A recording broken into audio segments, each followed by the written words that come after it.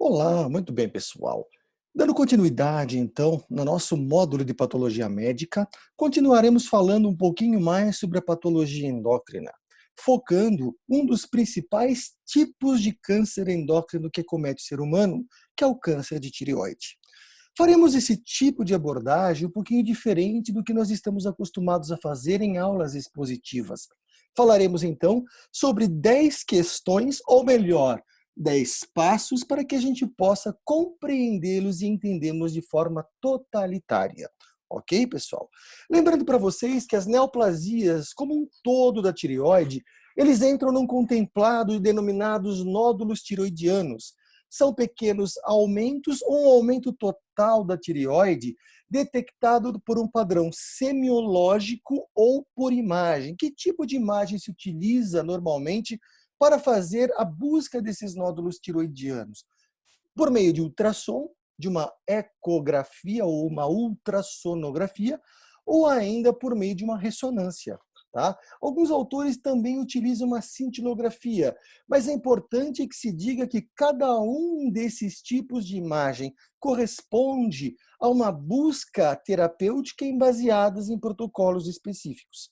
Vamos entender o ponto de vista geral para que a gente possa entender os principais pontos que nos diz respeito dentro da parte da anatomia patológica ou da patologia médica que nos mais interessam aos tipos de câncer de tireoide. E como primeira pergunta, é básico a gente entender quais são os principais, ou pelo menos os mais comuns tipos das neoplasias de tireoide que acomete o ser humano. Como todo tipo de neoplasia, nós podemos definir aí como neoplasia de caráter benigno e de caráter maligno. É bom que se diga, quando se faz alusão ao câncer de tireoide, que esses tipos de neoplasia eles não acometem aquele gráfico especial ou aquela tabela especial que a gente tinha colocado em prática quando se falava em neoplasias do ponto de vista geral, que era o quê? Um aumento, por exemplo, do número de mitoses caracteriza uma neoplasia maligna, né? Metástase à distância, características de atipias celulares, alteração de relação volumétrica entre núcleo e citoplasma, o núcleo menor ou o núcleo maior, hipercromatismo nuclear, alterações de anaplasia, por exemplo.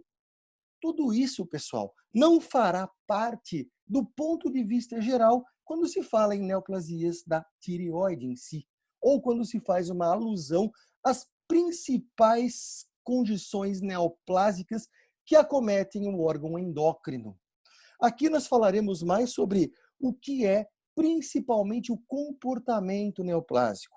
Desse comportamento, claro que fará principalmente algumas alusões ao quadro de progressão, infiltrabilidade e invasibilidade de cada um dos cânceres. Mas todo aquele quadro de aumento de angiogênese e toda aquela particularidade que a gente acabou falando para vocês até agora não faz alusão dos cânceres de componente endócrino, e em especial a tireoide em si. Então vamos tentar estratificar a primeira questão. Quais são as principais neoplasias?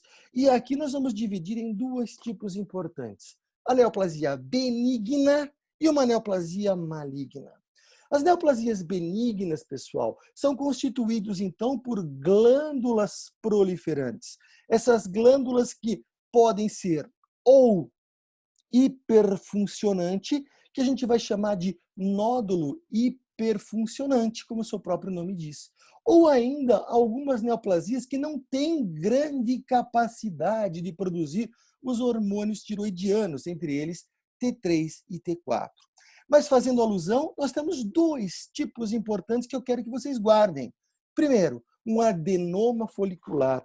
Ele é um nódulo não hiperfuncionante da tireoide, portanto, ele não é capaz de funcionar de forma de produzir os hormônios T3 e T4, mas ele acaba aumentando de volume, provocando sinais e sintomas característicos. Em contrapartida, nós temos uma doença chamada de doença de Plummer, ou nódulo de Plummer. Ele é hiperfuncionante.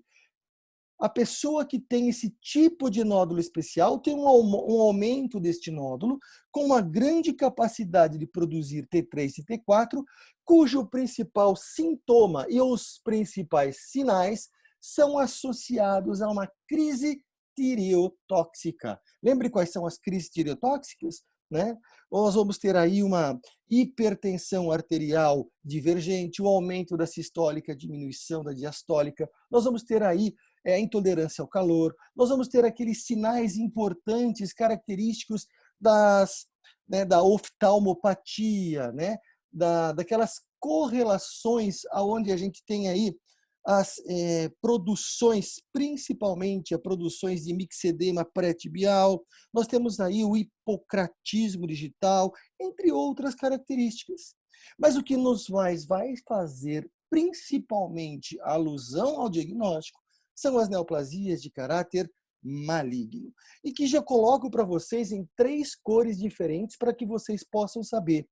Eles são diferenciados, eles são poucamente diferenciados como um sinal amarelo ou um sinal vermelho, que é um chamado carcinoma de tireoide anaplásico, que é um câncer extremamente agressivo e que leva a um quadro de morte em pouco tempo.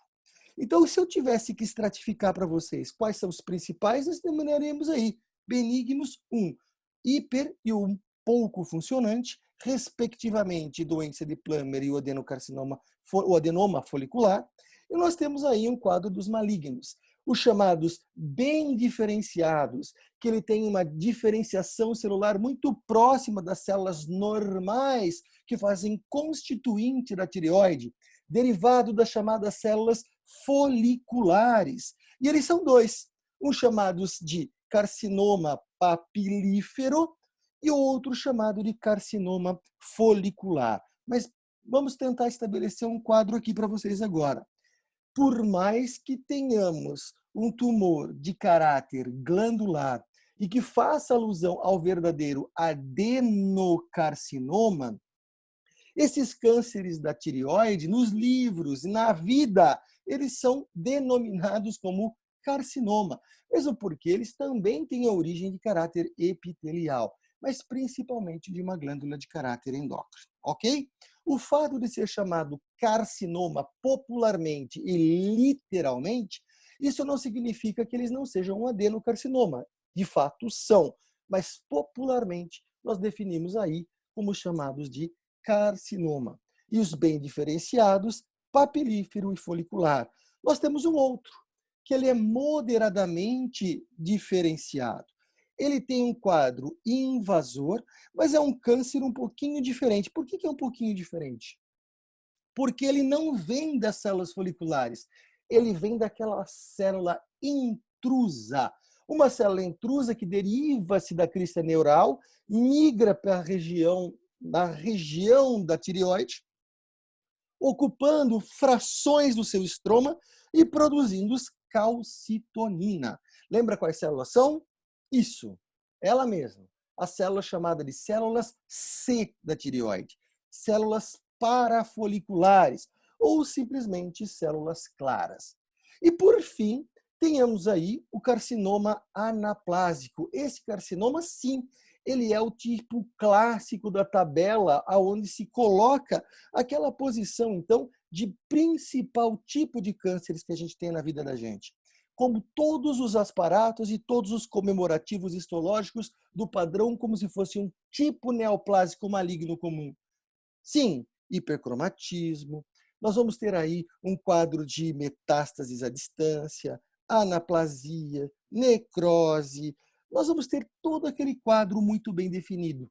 Mas eu quero colocar aqui para vocês que eles são extremamente raros. Eles ocupam menos de 1% de todas as neoplasias, que ocupam, então, a tireoide. Perfeito? Questão número 2. Agora sim, eu tenho um nódulo tiroidiano. Como é que eu vou ter um raciocínio para ele? Como é que eu vou imaginar que a gente tem que abordar este nódulo? Pessoal, existem os tumores que eles têm a capacidade hiperfuncionante e a hipofuncionante. Falei para vocês que hiperfuncionante tinha um adenoma específico que era chamado de doença de Plummer e um adenoma que não produzia T3 e T4.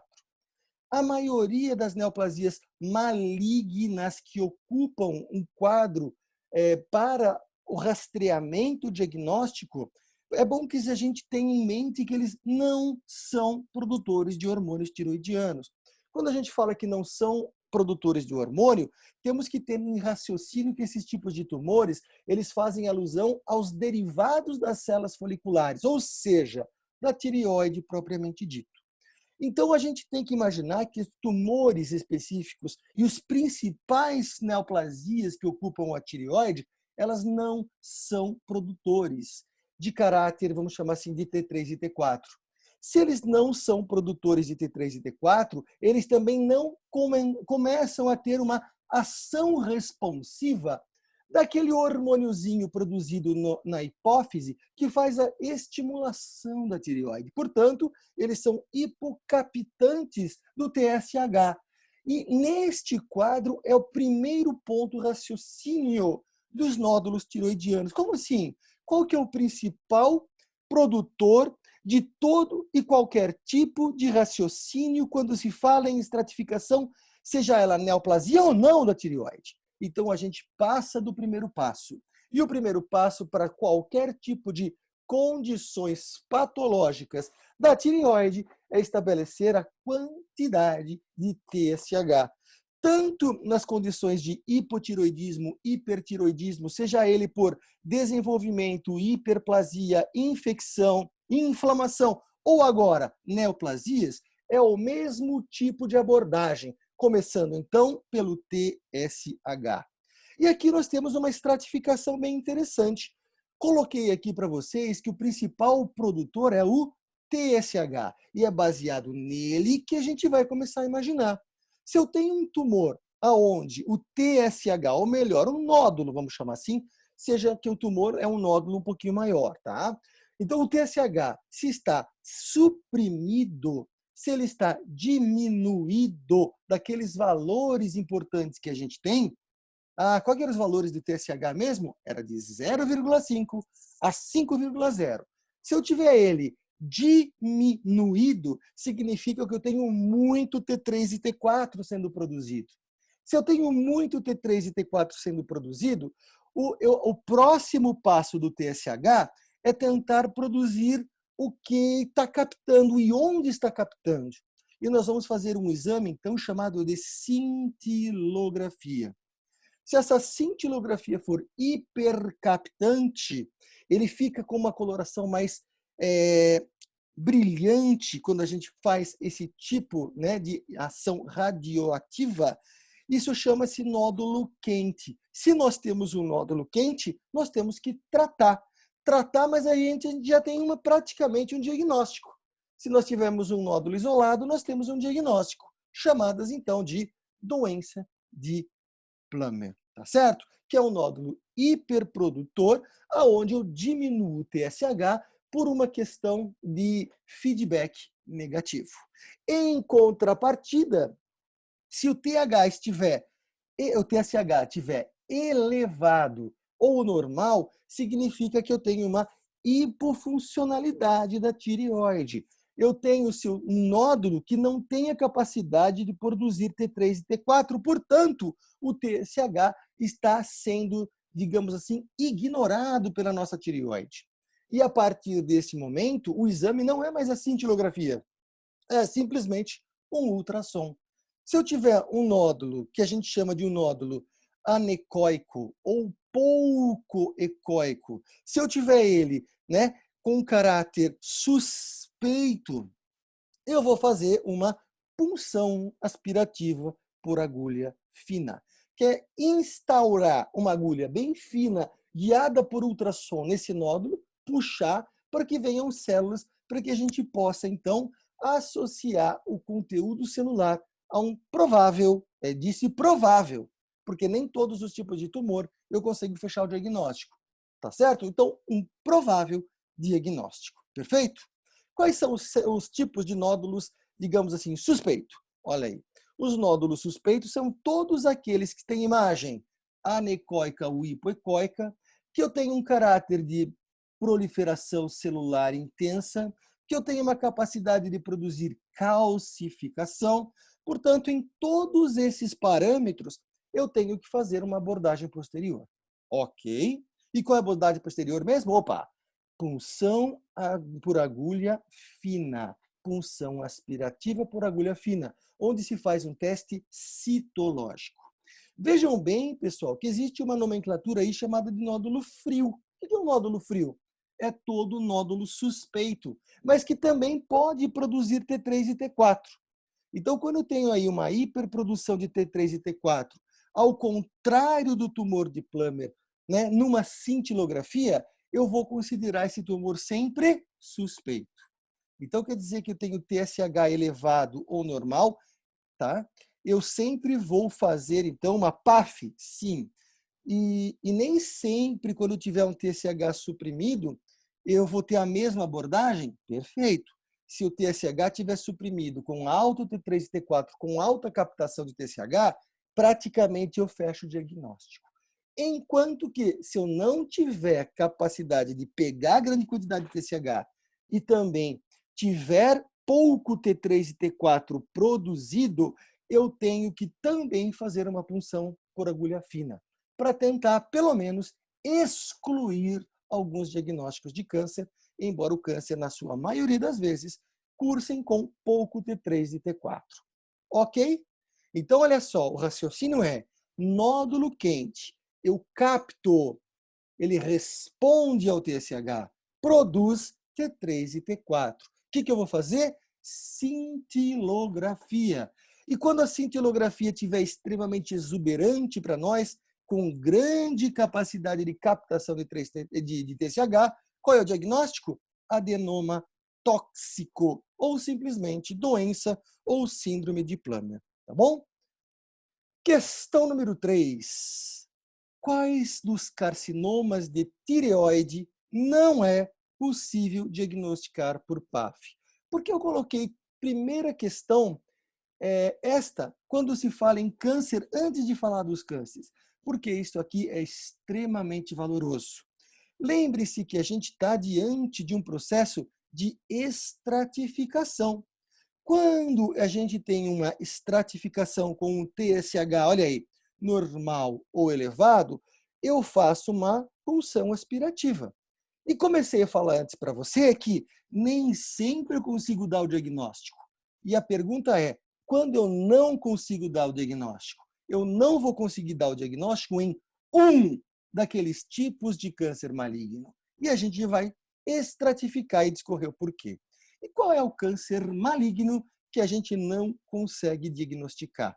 O que a gente não consegue diagnosticar, pessoal, é o carcinoma folicular. É o carcinoma que tem a produção exatamente similar ao adenoma folicular. Por quê? Porque nas duas entidades eu vou ter proliferação de folículos tiroidianos com pouca ou quase nula produção de T3 e T4, nos dois. Então, calma. Depois a gente diz como diferenciar. Vamos entender o porquê. O tipo do câncer folicular, do tipo do adenoma folicular, tem uma mesma estrutura de funcionalidade histopatológica. Mas o que vai mudar entre uma e outra, pessoal, é a capacidade funcional do tumor, ou seja, a agressividade do tumor. E quando se fala em agressividade, coloque-se aí como sinônimo de infiltração, de progressão tumoral. Mas vamos partir de um denominador comum. Tanto o carcinoma folicular como um adenoma folicular, respectivamente, como uma entidade maligna ou benigna, as suas celularidades são semelhantes. Tá? Eu vou ter células foliculares, característicos de células de folículo, fazendo folículos, mas sem produzir tiroglobulina, sem produzir grande quantidade daquele hormônio todo que vai ser feito T3 e T4. Em ambas as condições, isso ocorre. Portanto, só numa citologia, com células isoladas, pegos pela pulsão aspirativa por agulha fina, eu não consigo dar o diagnóstico. E quando se faz um diagnóstico desse, como é que vem esse diagnóstico no laudo anatomopatológico? Vem simplesmente como lesão folicular. Necessitam de maior investigação para diferenciar o carcinoma ou um adenoma. E como é que eu vou fazer isso, tá certo? Para poder diferenciar esses tipos de câncer, eu vou fazer biópsia. Eu tenho que fazer uma biópsia a partir desse momento para que a gente possa estabelecer se o câncer é benigno ou maligno. E o que vai mudar de um no outro se a celularidade é igual? Pois é, a celularidade é igual. Mas eu preciso saber que o carcinoma folicular tem aí a palavra-chave, pessoal, comportamento diferente. Comportamento, sim. O que muda é o comportamento.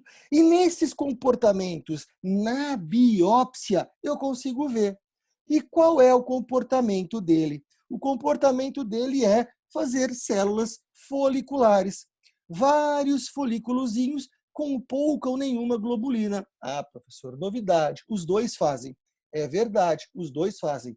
Mas no carcinoma tem duas situações que eu preciso chamar a atenção de vocês e que é o fator primordial para diferenciá-los. E para responder essa questão 4. E quais são os fatores, então? 1. O carcinoma tem invasão capsular. Como assim? Toda a glândula ela apresenta uma cápsula que diferencia do tecido adjacente. Vocês aprenderam isso tanto na histologia quanto na anatomia. No carcinoma, eu tenho a invasão de células foliculares na cápsula. Isso é o primeiro padrão que eu vou diferenciar o benigno do maligno. E o segundo? O segundo é a migração por um quadro vascular. Então, ele migra dentro do vaso sanguíneo e eu vou ver folículos intravasculares, que a gente chama de trombo neoplásico em vaso sanguíneo. Vaso sanguíneo predominantemente hemático, pessoal, com vaso sanguíneo propriamente dito e não vaso linfático. Perfeito? Então, esta é a resposta. Como é que eu vou diferenciar um do outro? O câncer vai ter comportamento agressivo e a gente consegue diferenciar esse comportamento agressivo pela invasão da cápsula e trombos neoplásicos dentro de um vaso. E aqui nós temos bem, olha aí, aqui a cápsula da tireoide, eu tenho folículos sendo produzidos, folículos em diversos tamanhos, e quando eu olho com um pouco de detalhe essa cápsula, o que eu vou ver? Opa, eu vou ver como se fosse, olha aí, folículos tiroidianos, que são essas bolinhas aqui, ó, né, chamados também de vesícula tiroidiana, que é o tipo clássico da classificação endócrina da tireoide. E eu vou ver ele também presente na cápsula. Rompimento capsular e a invasividade de todos os folículos para o interior capsular. Segundo, eu tenho aqui, olha aí mais uma vez a cápsula, e eu tenho aquelas áreas foliculares. Notem que dentro de um vaso sanguíneo, aqui ó, revestido por endotélio, eu tenho aí como se fosse uns fragmentozinhos de uma situação um pouco diferente. Que situação é diferente? Folículo tiroidiano. Olha aí mais um folículo de vários tamanhos, localizado dentro do vaso, com pouca quantidade ou quase nenhuma de imunoglobulina. Isso, então, nos constitui o diagnóstico de tromboinvasor em vaso sanguíneo, que é a segunda premissa do diagnóstico, então, do carcinoma folicular da tireoide. Ok? Então, só para lembrar vocês, o que eu preciso fazer para diferenciar? A palavra-chave é biópsia. Biópsia e biópsia. E como é que eu diferencio? Opa! Um tem invasão capsular e invasão vascular, constituindo, então, as premissas do diagnóstico do carcinoma, enquanto o adenoma não possui essas condições de entidade. As duas têm células semelhantes às células de origem, portanto, são de caráter isomórficos, sem produtores de imunoglobulina, com T3 e T4 diminuído, com TSH aumentado, mas sem diferenças de celularidade tão evidente para a gente. Portanto, precisamos fazer a biópsia para poder fazer essa diferenciação. Feito? Outro ponto importante, agora falando sobre o tipo importante do câncer folicular de tireoide, tá certo? O que eu não posso esquecer deste tipo de câncer? Algumas situações, além do quadro diagnóstico de invasividade, tem alguns parâmetrozinhos que a gente tem que lembrar, ou melhor, nunca podemos esquecer. E quais são esses? Os quais são esses são o seguinte: primeiro, qual é o principal tipo de mutação genética envolvido, então, com o câncer folicular? O câncer folicular, pessoal, tá?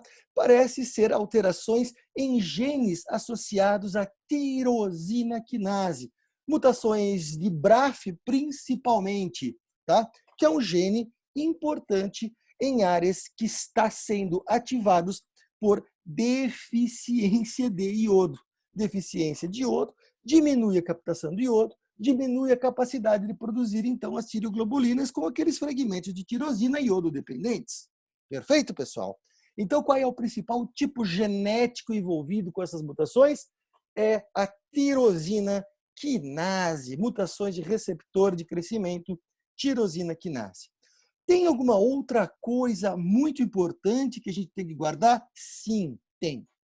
Tem que a metástase desse tumor é via hematogênica, é por via sanguínea.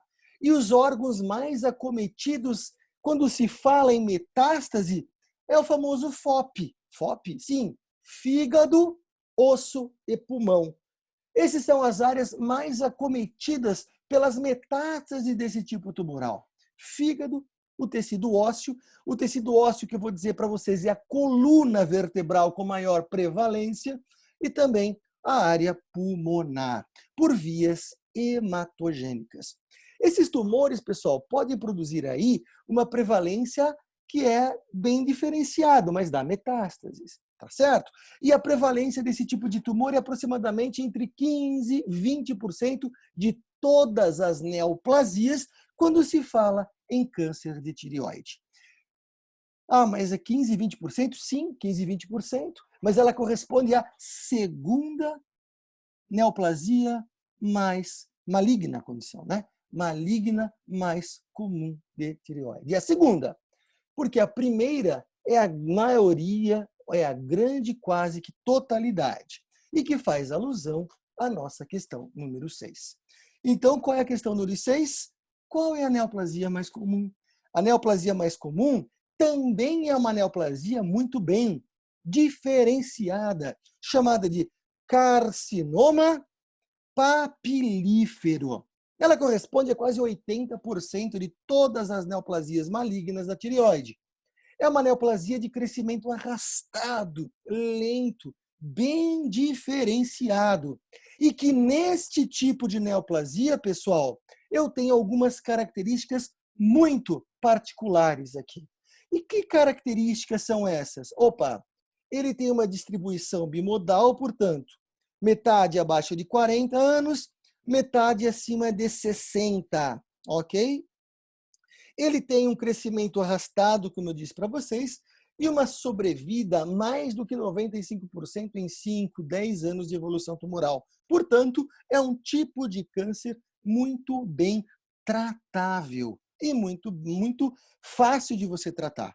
É o tipo de câncer, pessoal, tirando um carcinoma chamado de basocelular, talvez seja o que tem a menor quantidade de mortalidade no ser humano, ok? É um tipo de tumor que é maligno, mas o grau de morbidade e principalmente de mortalidade que ele nos proporciona é relativamente baixo. Perfeito? Tal qual as características que a gente comentou para vocês no tumor folicular ou no carcinoma folicular, no carcinoma papilífero, tem algumas coisas que a gente nunca pode esquecer? A resposta é sim, tá certo? Em primeiro lugar, ele apresenta uma estrutura chamada-se de psamomas. O que são psamomas, pessoal? São calcificações. Lembre quando a gente falou na ecografia, que a gente falou sobre alguns detalhes da ecografia? Por que a gente falou calcificação? Porque os tumores papilíferos, eles são plausíveis de produzir calcificações na porção mais distal do aspecto papilífero, chamado-se de psamomas, tá certo? O que são os psamomas, então? São essas calcificaçõezinhas aqui, ó. Ah, professor, você consegue desenhar? Consigo. Vamos ver aqui, ó, os psamomas. Como é que esses desenhos aqui? Lembrar que todo componente papilífero, pessoal, ele tem a seguinte situação, tá? Como assim tem a seguinte situação? Eu tenho como se fosse um tumor que ele faz papilas, olha aí. Ele faz uma situação desta aqui, ó. Ele vai crescendo, vai crescendo, vai crescendo e vai crescendo. À medida em que o tumor vai crescendo, junto a ele, ele vai trazendo vasos sanguíneos para nutrir. Ah, mas como assim?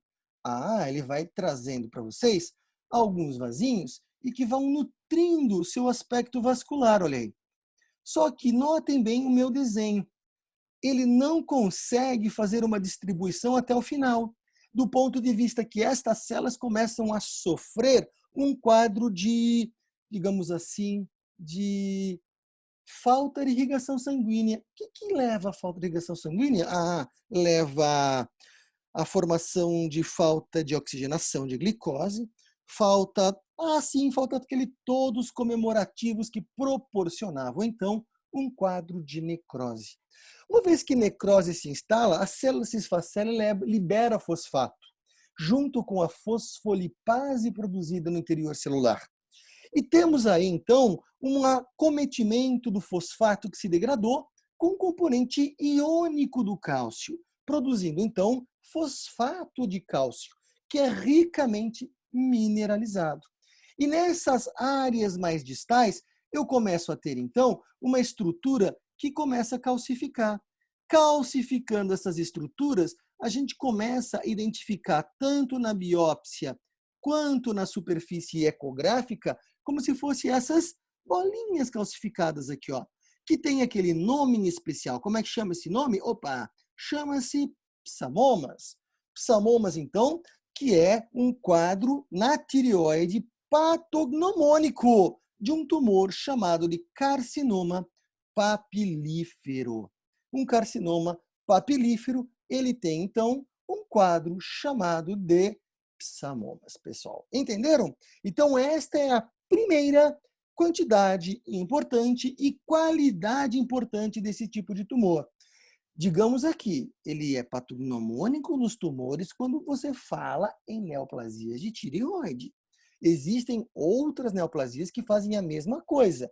E existe uma neoplasia ovariana, que também é papilífero, chamada de cistoadenocarcinoma papilífero do ovário, né? Que ele tem uma mesma condição de crescimento e que vai fazer também um quadro de psamomas, tá ok?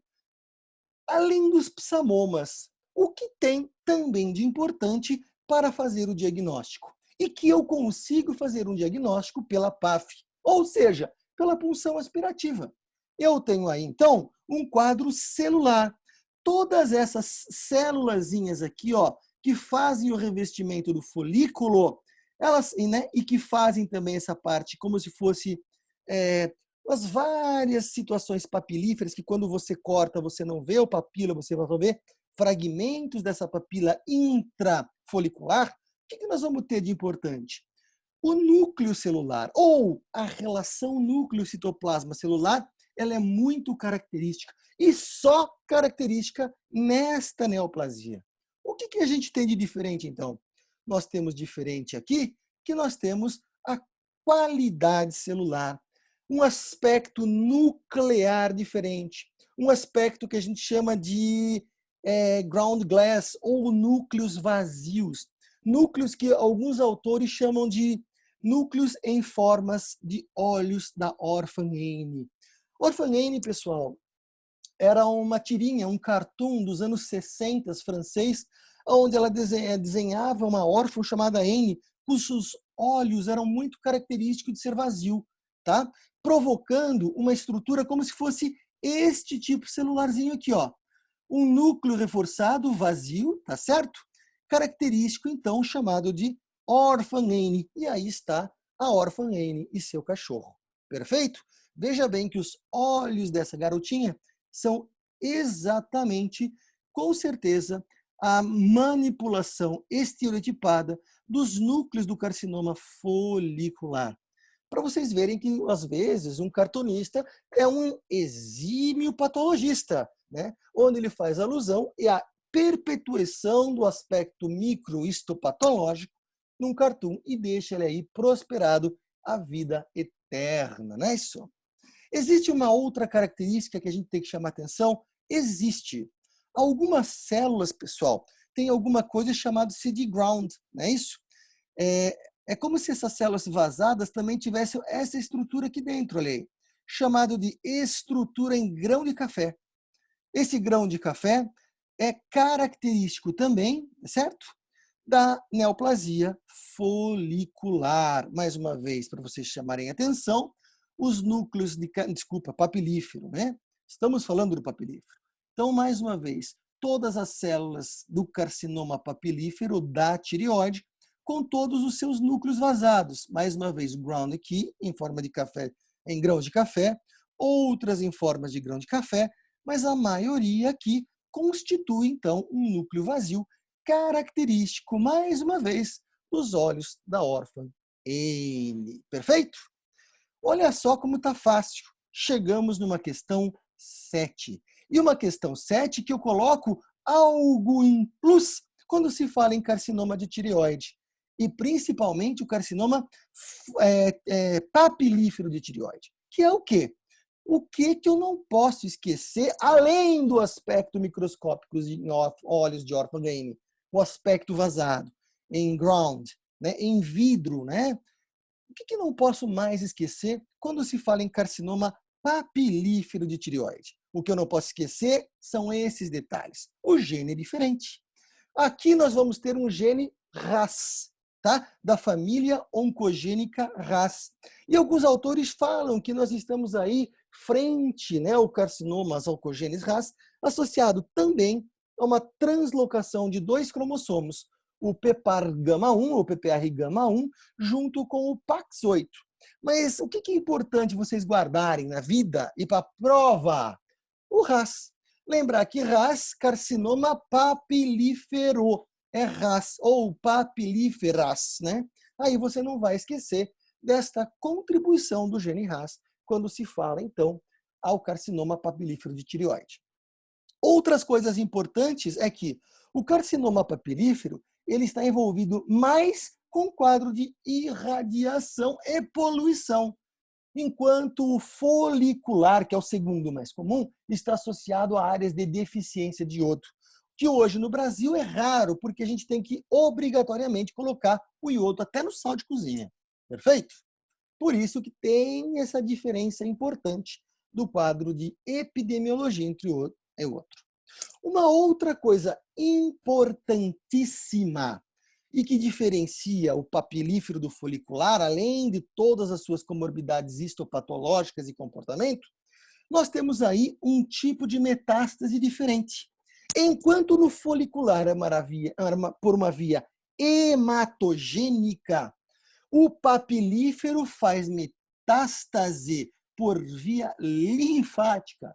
E essa é uma diferença que vai ser cobrado aqui, vai ser cobrado na patologia, vai ser cobrado na endocrinologia e vai ser cobrado na vida de vocês, porque essa é uma diferença importante. E aí, a principal sítio de ocupação desse tipo de neoplasia é o quê? Linfonodo. Linfonodos aumentados. Linfonodos aumentados também da cadeia peribrônquica, por contiguidade que nutrem na região que toda essa região do pescoço. Então, uma das situações que você vai ver é linfonodo aumentado, tá? Muitas vezes, disfagia. O que é disfagia, professor? Dificuldade de engolir, porque o aumento contribui para a compressão dos órgãos adjacentes da tireoide também, incluindo o esôfago. E nós vamos também ter o comprometimento de um raminho nervoso que passa por aí, chamado de nervo laringeu recorrente, levando muitas vezes à mudança do tom de voz, a rouquidão e, quiçá, a perda a perda da capacidade de você emitir o som por causa do comprometimento desse nervo, que é um nervo importante, né, que faz a parte, né, da laringe ali e que normalmente está associado com a parte da voz, com a vocificação. Tá bem, pessoal? Então, estas são as principais diferenças entre os dois principais tipos de câncer. Qual que é o tratamento para os dois? Remoção da tireoide. Remoção da tireoide de forma radical, tá certo? Eu preciso tirar, normalmente, os dois lobos da tireoide. Eu faço o quê? Tumores acima de 2 centímetros, tireoidectomia total. E reposição do hormônio tiroidiano chamado de levotiroxina, que é um prospecto de T4. E aí você vai fazer uma tentativa e acerto com o paciente conforme ele vai ter a necessidade, conforme ele vai ser distribuído ali o seu aspecto hormonal com o seu feedback de hipófise e hipotálamo. Ok? Questão número 8. Alguns detalhes sobre câncer agora medular de tireoide. O que era o câncer medular de tireoide mesmo? Opa, era aquele câncerzinho não associado aos folículos tiroidianos, como o folicular e o papilífero. Ele vem daquelas células chamadas de células claras, células C, células parafoliculares, produtoras então de calcitonina. Ele é um tumor raro, mas que algumas vezes você pode acometer ele de frente para vocês, dentro da vida clínica. E o que eu não posso esquecer desse tipo de tumor? Eu não posso esquecer que, primeiro, a sua origem. A sua origem de células C, produtores de calcitonina. Infelizmente, no Brasil, não se tem aquela rotina de mensurar, quando se tem o nódulo tireoidiano, de cara a quantidade de calcitonina. Mas, em alguns lugares do globo terrestre, incluindo a Itália, por exemplo, esses tumores eles já pegam de praxe e colocam assim, tem o nódulo tireoide? Vamos dosar TSH, mas também vamos dosar, então, a calcitonina. Porque a gente já tem dosado, a gente já extravasa para um lado ou por um outro, ou seja, exclui ou assume o diagnóstico dos cânceres de célula C de tireoide. Tá bom? Então, a calcitonina ela vai estar aumentada no plasma sanguíneo, assim como o CEA. CEA é uma coisa totalmente inespecífica, chamado de antígeno cárcio embrionário, onde ele vai ter aumentado, pessoal, na maioria dos tumores que a gente chama de tumores epiteliais. Câncer de tireoide, câncer, por exemplo, de estômago, câncer de intestino, câncer de pulmão. Portanto, ele vale como, digamos assim, um rastreio posterior. Se ele estiver aumentado num paciente que fez uma biópsia, que fez uma remoção, que fez uma remoção da glândula e continua aumentando, significa que alguma coisa está mantida ali, alguma coisa está crescendo ali. Então, ele serve como, digamos assim, um rastreador prospectivo, mas não diagnóstico. Ele serve, na realidade, para, digamos assim, manutenção e rastreamento da sobrevida do paciente, mas não diagnóstico. Mas tem uma coisa que é importante vocês guardarem. As células C da tireoide, eles têm uma origem na crista neural, eles migram. Mas ela não é a única célula que tem a sua origem na crista neural. Tem outras também que têm como quase co-irmã. E qual é a outra co-irmã dela? São células produtoras de adrenalina e noradrenalina localizados na medula da glândula adrenal. Portanto, existe uma possibilidade de ter neoplasias múltiplas. Como assim neoplasia múltipla? Se eu tenho neoplasia nenhuma, aquela outra célula de mesma origem pode produzir neoplasia em outro sítio, junto. E aí, no câncer medular ou no carcinoma medular de tireoide, eu tenho que rastrear para ver se tem ou não tem uma neoplasia derivada também da área medular da suprarrenal. Como é que chama esse tipo de tumor de suprarrenal? Chama-se feocromocitoma. São tumores derivados das células cromoafins, portanto, é o nome que se dá a essas células produtoras de adrenalina e noradrenalina na medula adrenal, tá certo? Junto com o carcinoma medular da tireoide. E aí se divide-se em duas síndromes, quando as duas estão presentes. Que mais se apresentam junto com elas? Pode se apresentar um quadro de hiperparatiroidismo, como se fosse uma hiperplasia da paratireoide, juntamente com a produção do paratormônio e aumento do cálcio sérico. Quando tudo isso ocorre, a gente chama de neoplasia endócrina múltipla do tipo 2A, que é feocromocitoma, carcinoma medular de tireoide, junto com hiperparatiroidismo. Quando eu não tenho hiperparatiroidismo, mas eu tenho lesõezinhas de pele, que são alterações neuronais de pele, normalmente associados a células progressivas de Schwann proliferantes, nós vamos ter aí um quadro chamado de neoplasia endócrina múltipla do tipo 2B. Mas nem o tipo 1. O tipo 1 não tem nada a ver com essa história. Mas por curiosidade de vocês, a neoplasia endócrina múltipla do tipo 1 constituem hiperparatiroidismo, tumores da região de hipófise, principalmente o tumor, tá?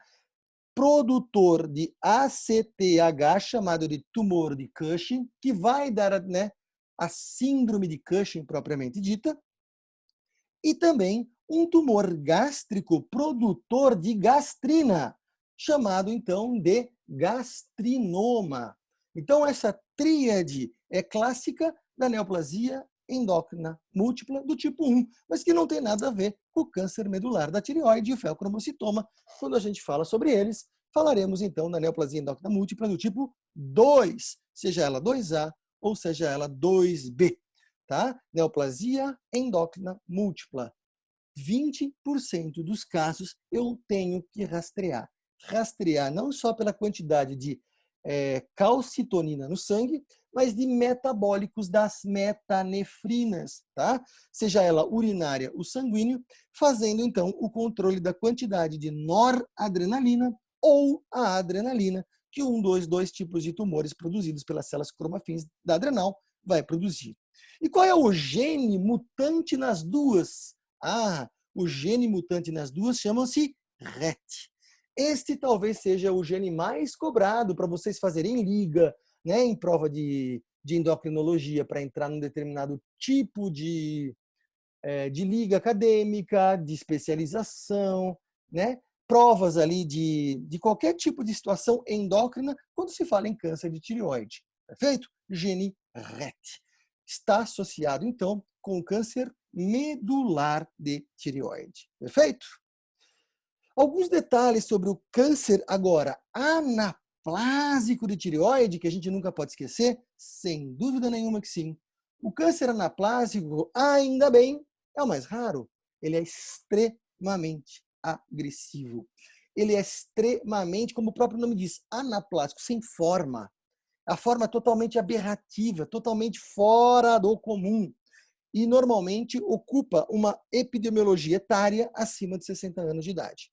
O prognóstico, pessoal, ele é extremamente sombrio, ruim, fatal. É quase que o tratamento dele estaria associado à extremunção realmente do paciente como tratamento paliativo, tá bem? É uma mutação que ocorre no P53, mais uma vez, o P53, localizado no cromossomo 17, braço curto do cromossomo 17, região, sub-região 1, né? 3, né? Do cromossomo 17, e que vai produzir, então, aquelas alterações todas, inibindo a apoptose, inibindo o ciclo celular de parar e, consequentemente, produzindo todo e qualquer tipo de progressão de dano genético. É um tipo muito ruim de câncer.